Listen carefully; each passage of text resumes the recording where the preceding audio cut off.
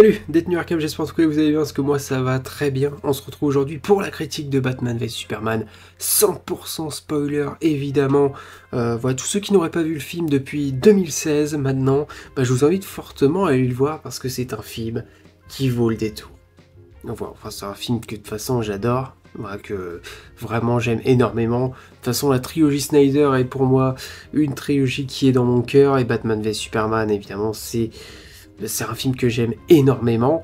Après donc la critique de Man of Steel qui est disponible sur la chaîne. Voilà, après donc ce Man of Steel, ce fameux Man of Steel où on a découvert le Superman d'Henry Cavill, et ben c'est la suite, Batman v Superman. Batman v Superman qui avait été annoncé par Snyder, et je m'en rappelle vraiment de cette vidéo réaction.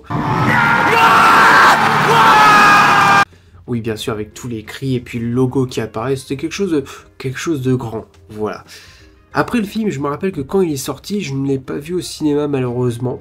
C'est vrai que c'est quelque chose que j'aurais voulu, mais je sais pas pourquoi j'y étais pas allé d'ailleurs. Bon, à l'époque, j'étais pas encore le plus grand fan de DC peut-être, mais c'est vrai que j'y étais pas allé. Le film était accueilli c'était assez mitigé, peut-être plus dans le négatif. Et puis après, bon, on réclamait une version longue quand on nous avait annoncé ça, et c'est vrai que la version longue avait quand même réendossé un peu le film.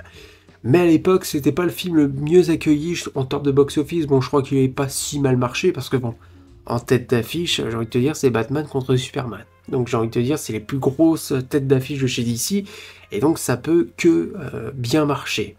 Mais au final, c'est vrai que le film, bon, au niveau critique, n'avait pas été super bien accueilli, mais souvent on dit que Snyder est en avance sur son temps, parce que maintenant Batman v Superman est revu d'une autre manière, et peut-être à remonter dans les estimes. Voilà, moi la première fois que j'ai vu Batman v Superman, j'avais bien aimé sans l'idolâtrer autant qu'aujourd'hui. Voilà, mais j'avais plutôt bien apprécié le film. Bon, après je l'ai découvert uniquement en version longue, donc je ne saurais vous dire quelle différence il y a entre la version ciné et la version longue. C'est bien malheureux qu'on n'ait pas eu la version longue directement au cinéma, mais bon, voilà, 3 heures de film maintenant ça dérange pas en plus. Enfin, je veux dire, il y a déjà des films de 3 heures qui sortent, et puis en termes de DC, je peux vous citer The Batman, déjà, d'entrée de jeu. Alors, Batman v Superman, c'est un film qui va poser beaucoup de problématiques. Voilà, beaucoup de problématiques, scénaristiquement, moi j'aime beaucoup l'histoire du film, et surtout la manière dont Superman est perçu. Je vais d'abord parler d'ailleurs de Superman, toujours iconisé, mais d'une manière à la Snyder qui me plaît énormément, une manière dont il est iconisé comme un dieu. Et bon, on a des scènes qui me donnent des frissons à chaque fois, que ce soit la scène où Superman sauve quelqu'un dans un incendie, et il arrive au milieu d'une communauté où il pose la personne par terre, et puis là t'as tout le monde qui l'acclame, et c'est tellement beau, c'est magnifique. Enfin voilà, de toute façon les scènes d'iconisation pour Superman et pour les autres super-héros, uniquement Wonder Woman et Batman, parce que oui, on a aussi les autres super-héros qui sont teasés, mais ça on va y revenir plus tard, parce que oui, ça c'est assez moyen. Voilà, Snyder n'a pas fait que de la qualité dans ce film, mais Superman, de toute façon le Superman d'Henry Cavill, voilà, c'est un Superman que j'adore énormément. Alors il est vrai, on est sur un Superman sombre. Dans Man of Steel, je trouvais que justement le côté Clark Kent, le côté Kal-El, on va dire plutôt, enfin, s'il y a Clark, mais pas assez au Daily Planet, là on va le voir un peu plus, on n'arrive pas avec le Superman d'Henry Cavill de différencier le Clark Kent et le Superman. Et son Superman est vraiment, enfin surtout dans ce film, est vraiment trop dépressif. J'ai envie de dire, avec les éléments, enfin avec ce qui se passe dans le film, avec les problématiques, j'ai envie de dire ça va bien avec ce qui se passe. Ce côté du Superman qui est assez dépressif, qui sait pas ce qu'il doit faire, en plus il se fait accuser à tort de plein de choses, d'actes criminels. Et on va savoir qui se cache derrière tout ça. On va revenir d'ailleurs sur ce fameux personnage qui est derrière tout ça.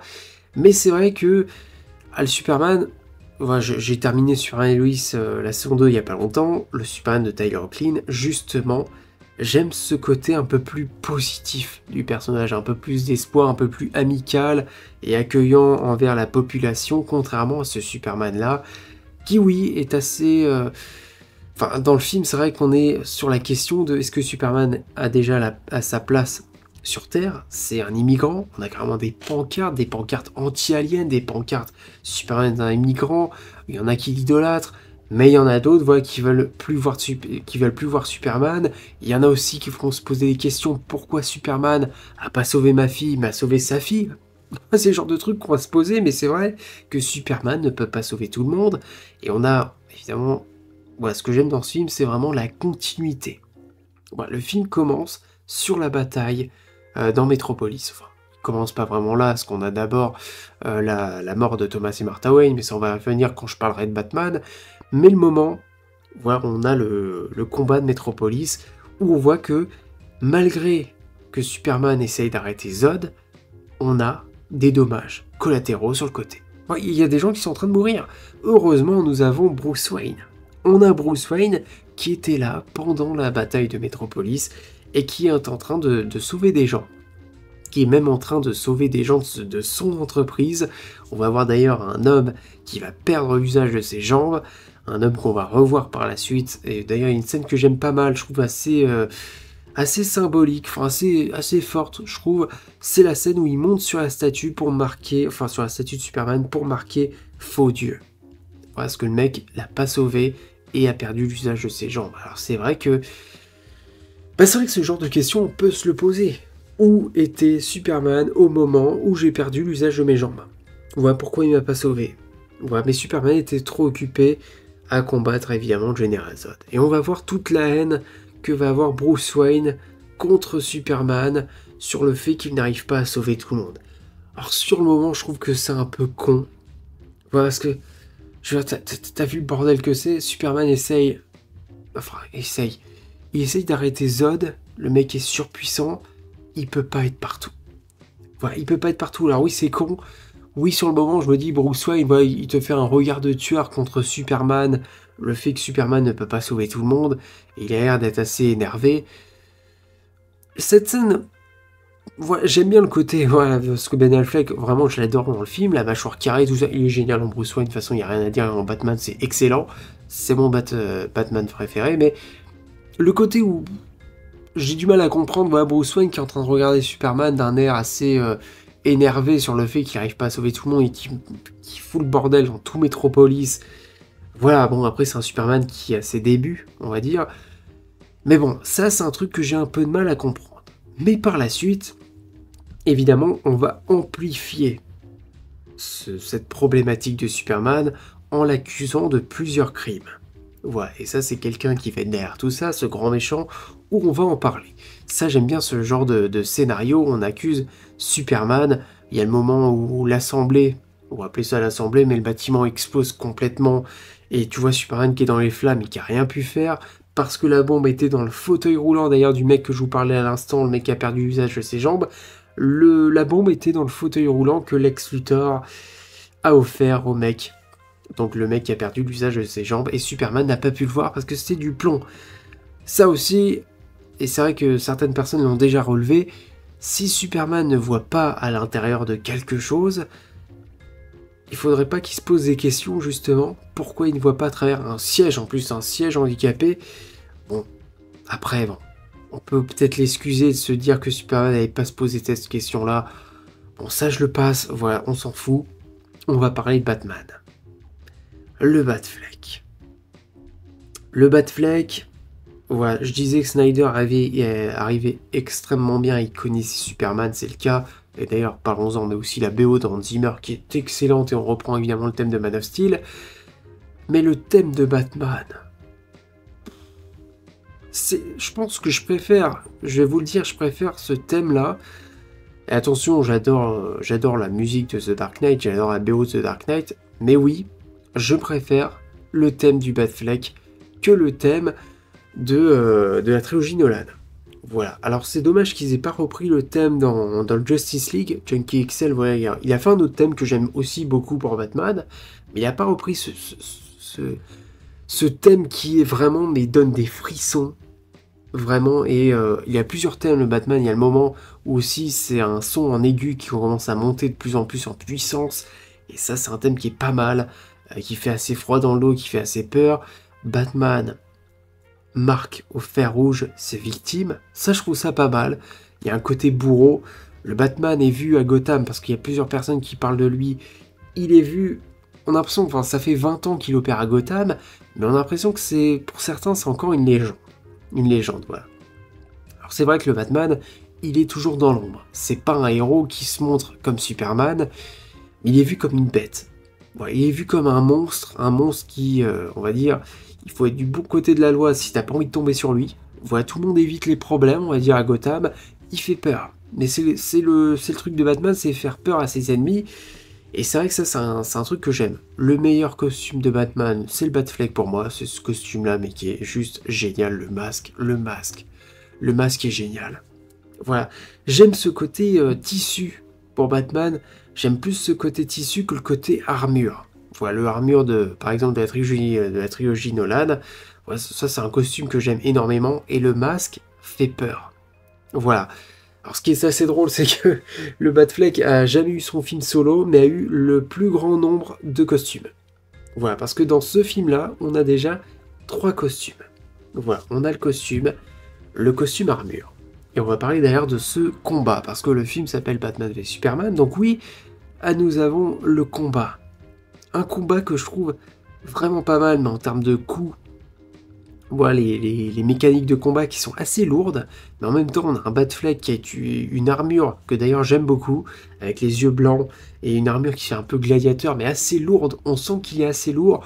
Alors, est-ce que c'est vraiment utile? Parce que c'est vrai que Batman ne peut pas être trop agile avec ce genre d'armure, on a quand même la cape qui est derrière, donc ça c'est pas mal. Mais, alors c'est peut-être pour parer et subir un peu les coups que Superman va lui mettre, mais il est équipé de la kryptonite qu'il a volé d'ailleurs à LexCorp.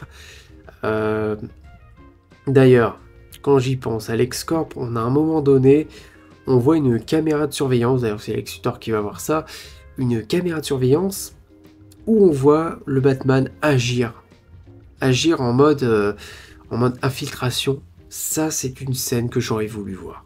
Vraiment. Ça me fait penser à du Batman Arkham. Voilà, les jeux vidéo Batman Arkham, où on a ce genre de scène d'infiltration, Batman qui tombe du plafond, qui prend un mec qui reva dans le plafond, enfin qui repart dans le plafond. Ça, c'est quelque chose qui est génial. Ce côté chauve-souris furtive, c'est quelque chose que j'aurais voulu voir dans le film. C'est vrai que je voulais un peu plus de Batfleck, mais qu'est-ce que ça aurait donné si on a eu un film Batfleck? Ça aurait été génial. Vraiment. C'est dommage qu'on n'ait pas eu cette scène. Pour revenir au combat, bah évidemment j'ai envie de parler du... Pourquoi tu as dit ce prénom, Martha? À l'époque, je sais que ça faisait beaucoup crier, ce genre de truc, c'est ridicule, c'est ce qu'on disait.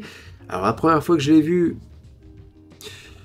je vais pas vous le cacher, je me suis dit, ouais, en fait c'est pour ça qu'ils vont arrêter le combat, juste parce que leur mère porte le même nom, mais quand ils repensent, et maintenant j'ai pris un peu de recul là-dessus, quand ils repensent, la mort de Thomas et Martha Wayne, les parents de Bruce, c'est quelque chose qui fait partie déjà de la naissance du Batman. Souvent on dit que Batman est né dans cette ruelle le soir où ses parents sont morts, et Martha, enfin je veux dire les parents de Bruce, c'est quelque chose d'hyper important. Déjà Snyder va nous le poser pendant tout le film, ce genre de truc que Martha, enfin les parents et puis Martha, surtout Martha, parce que c'est vrai, c'est quelque chose d'important et de symbolique pour Bruce, enfin voilà, c'est sa mère.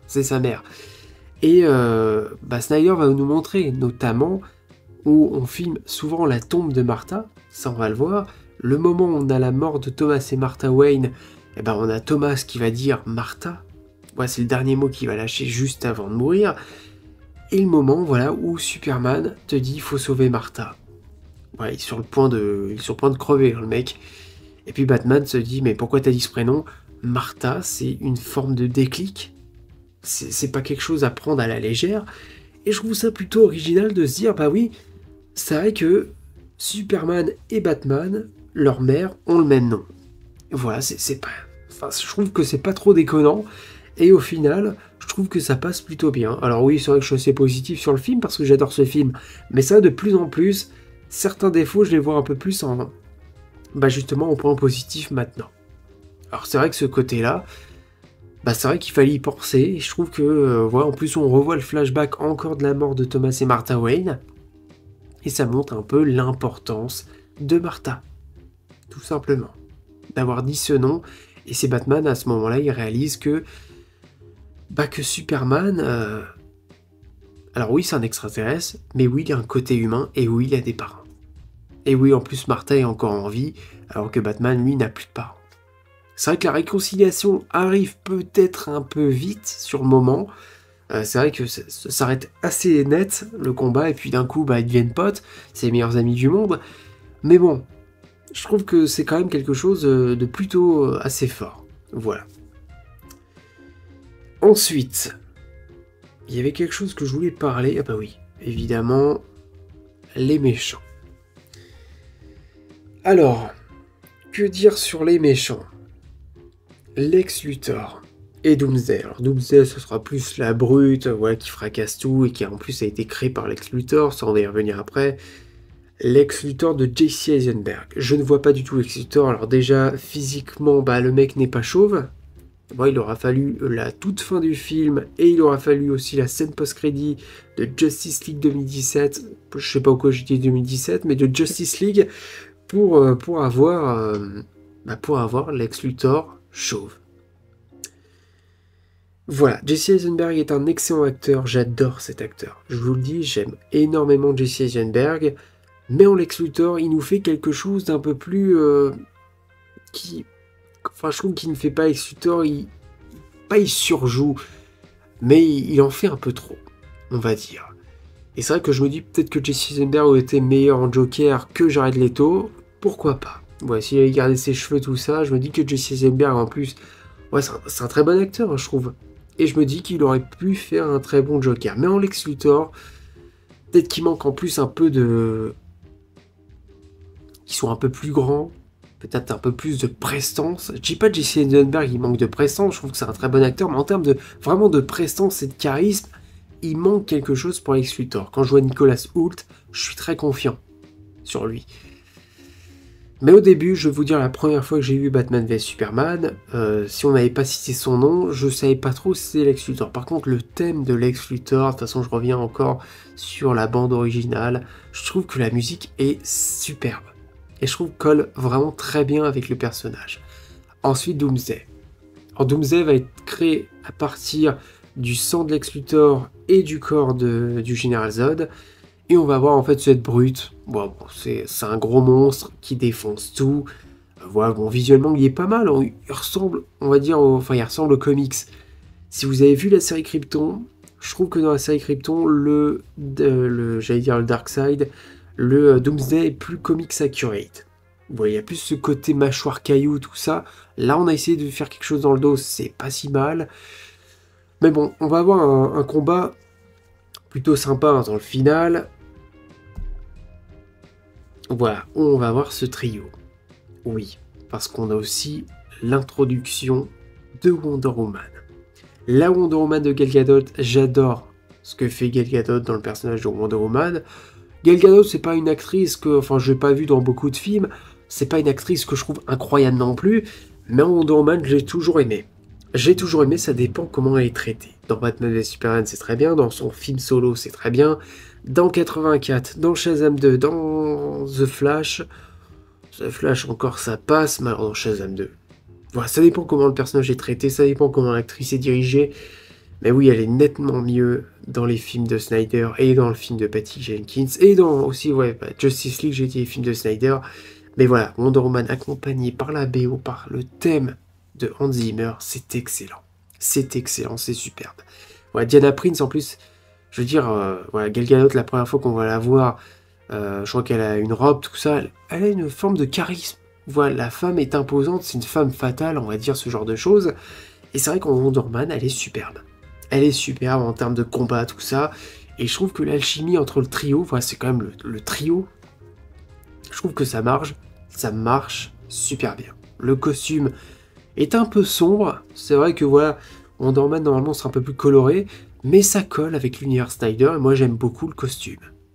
Voilà, bon, le costume du Batfleck, là je le revois parce qu'il est juste devant moi, le costume du Batfleck, mais c'est une réussite. J'aime ce côté tissu, je préfère ce côté tissu que le côté armure à la The Dark Knight, c'est vrai que c'est nettement mieux.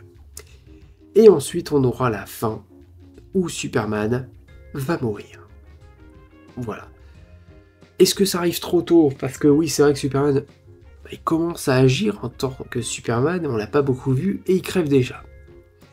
Il crève déjà, mais la scène réussit, je trouve, à mettre tes émotions, que ce soit dans la musique, que ce soit dans le fait que Lois Lane perde Superman.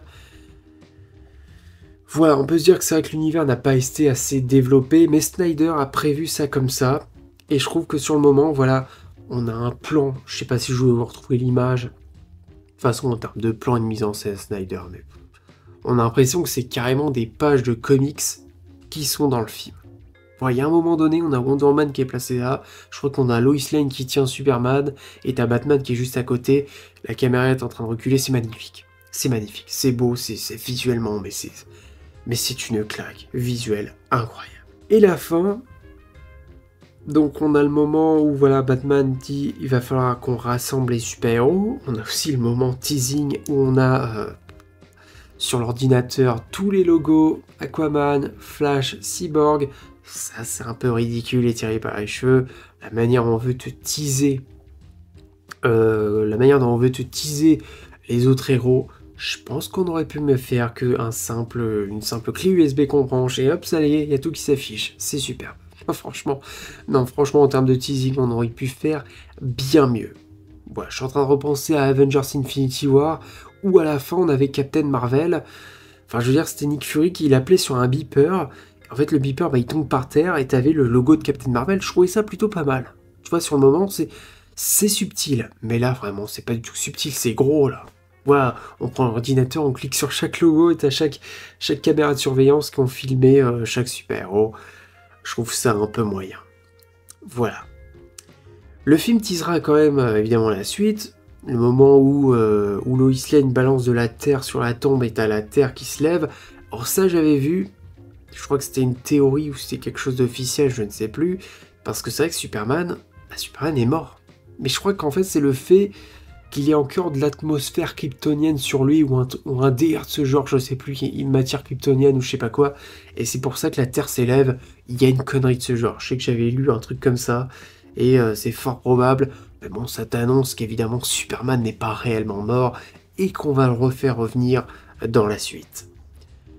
Ensuite, on a la scène où Lex Luthor est dans la cuve, je sais pas si je vais appeler ça une cuve, dans le vaisseau kryptonien, et on voit Steppenwolf. Voilà, parce que Lex Luthor en fait est en train d'apprendre tout ce qu'il y a à apprendre sur l'espace, enfin sur l'histoire de Krypton, enfin sur absolument tout ce qui peut se passer dans l'espace en termes d'entité et tout ça. Et à mon avis, c'est le moment où il apprend ce que c'est les boîtes mères, et on voit Steppenwolf, tout ça, donc évidemment le Steppenwolf qu'on verra dans la suite Justice League. Et ensuite, c'est pas tout, le Nightmare. Je me rappelle que la première fois que j'ai vu Batman v Superman, je n'avais rien compris. Je me suis dit, mais qu'est-ce que c'est que ce moment où on voit en plus Batman avec le meilleur costume du Batfleck? J'adore ce costume. Qu'est-ce que j'aime ce costume. Voilà le costume avec sa veste marron. Voilà, on voit en plus au début, on voit même pas ses yeux. Voilà, c'est en plein désert apocalyptique, c'est génial. Et voilà, c'est une scène Nightmare. Et je me dis maintenant, la meilleure chose en voyant Batman v Superman à l'heure d'aujourd'hui, c'est de se dire qu'il y a un Snyder Cut derrière. Voilà, c'est de se dire qu'on va voir la vraie version de Justice League derrière, la suite logique à Batman v Superman. Qu'avant on se tapait Batman v Superman, on se disait putain c'est génial Batman v Superman, mais le problème c'est que la suite c'est Justice League 2017. Voilà. Ça, c'était tellement frustrant à cette époque, putain.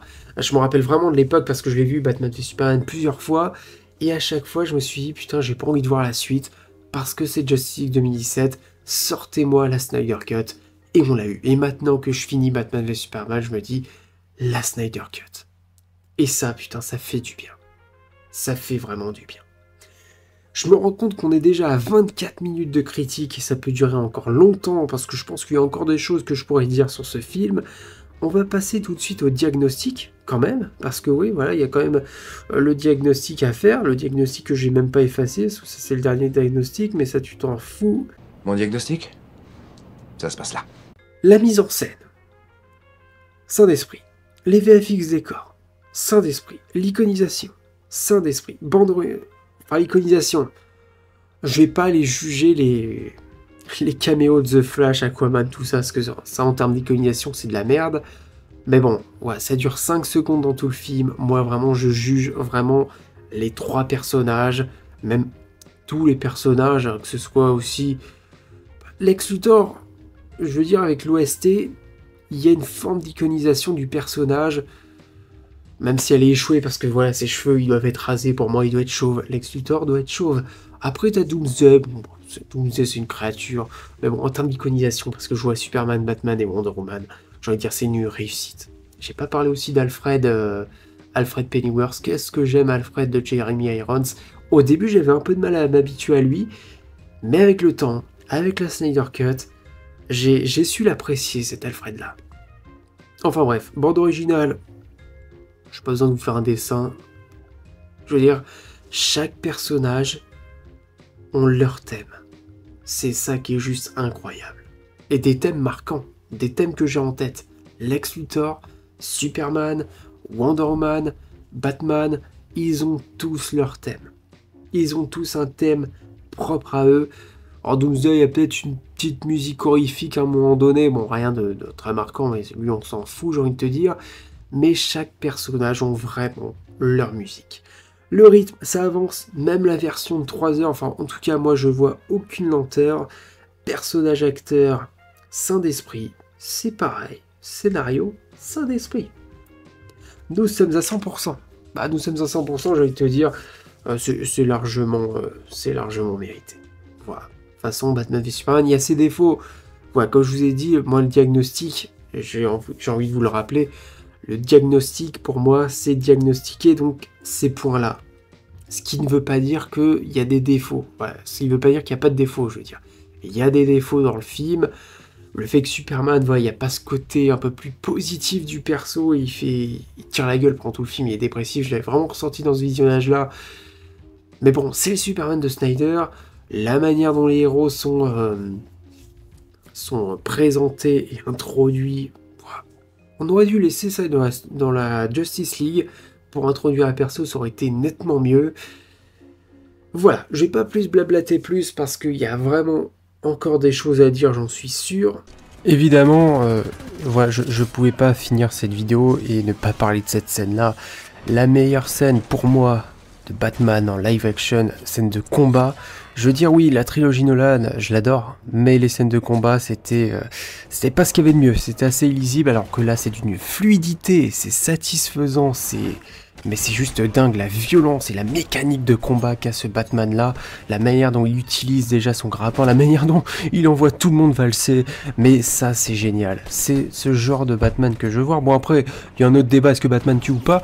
C'est vrai que là, lui aussi, là, d'ailleurs, ces deux gars-là, je doute qu'ils soient encore en vie, mais bon, là n'est pas la question, c'est surtout voir la manière dont ce Batman est bestial. C'est ce genre de scène de combat pour Batman que je veux voir au ciné. Mais voilà, Batman v Superman, c'est un film que j'aime énormément, voilà, que je me lasse jamais de revoir. Et maintenant, je me dis que je vais pouvoir regarder la Snyder Cut encore une fois. La Snyder Cut, hein, je vous le dis d'avance, je l'ai vu je sais pas combien de fois. C'est 4 heures de film où je prends un plaisir monumental. Mais ça, on en reparlera un peu plus tard. D'abord, j'ai 2 films, j'ai envie de les traiter dans l'ordre, les films du DCU, avant, évidemment, avant l'année prochaine. Avant le commencement du DCU de James Gunn, et pas le DCU, parce que le DCU c'est terminé, mais il y aura Suicide Squad et Wonder Woman à traiter avant la Snyder Cut. Oui, je ne traiterai pas Justice League 2017, j'en ai rien à foutre. Voilà. N'hésitez pas en tout cas à liker cette vidéo, vous abonner bien sûr, ça me ferait extrêmement plaisir, on est de plus en plus nombreux sur la chaîne, et franchement, je suis super content. Vraiment, j'en suis ravi. Ça motive et vraiment ça fait plaisir. Voilà. J'ai plus de voix, j'ai envie de boire de l'eau, c'est horrible. Voilà, je vous souhaite la bienvenue à l'asile d'Arkham. Allez, salut.